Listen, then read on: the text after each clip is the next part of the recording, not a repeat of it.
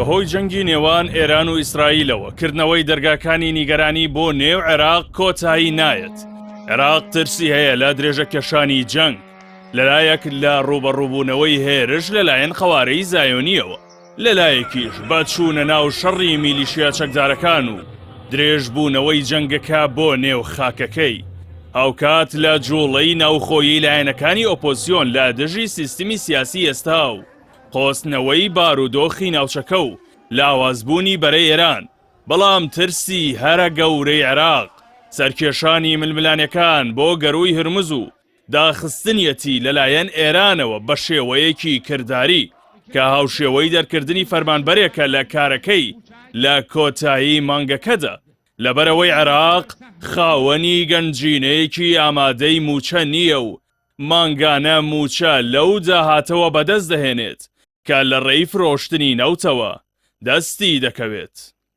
یەکەم ئێمامەتی نیروی دەریایی ڕاپۆرتی ئەرتش ئەز جلۆی جایگا هەستین. ئاماژەکانی داخستنی گەڕووی هورمزیش دوور نین و لە پەرچەکردار و هەڕەشەکانی بەرپرسانی ئێراندا ڕەنگی داوەتەوە، بەڵکو لەگەڵ هەڵگیرسانی جەنگدا لەگەڵ قەوارەی زایۆنی داخستنی گەڕووی هورمز بووەتە بژاردەیەکی سەر مێزی ئێران و یەکێک لە ئاگەرەکان بۆ بەرپەرزانەوەی دوژمنکاریەکان.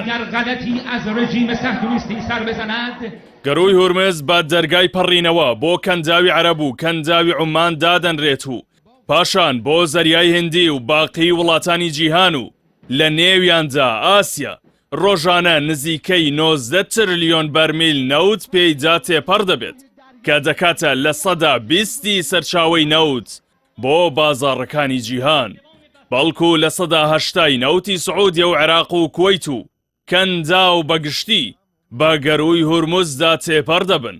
ئەوەش ئەوە دەگەیەنێت کە داخستنەکەی دەبێتە زیانی ئابووری بۆ هەمووان.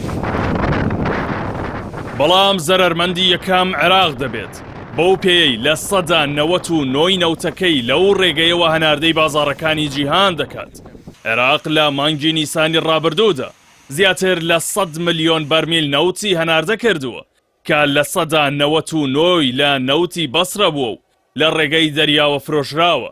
بەڵام نەوتی کەرکووک بۆ ئەردەن لە کێڵگەی گیارەوە لە مانگی نیساندا تەنیا ملیۆنێک بەرمیل بووە.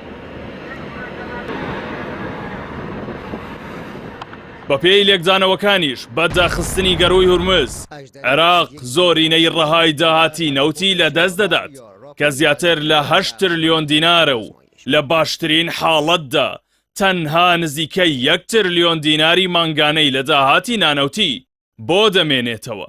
لە بەرانبەریشدا بەهای موچەی خانەنشینان و فەرمانبەران و چاودێری کۆمەڵایەتی نزیکەی 8 تریلیۆن دیناری مانگانەیە. بەوەش ناتوانێت جگە لە موچەی لە 112 موچەخۆران هیچ موچەیەکی دیکە بدات.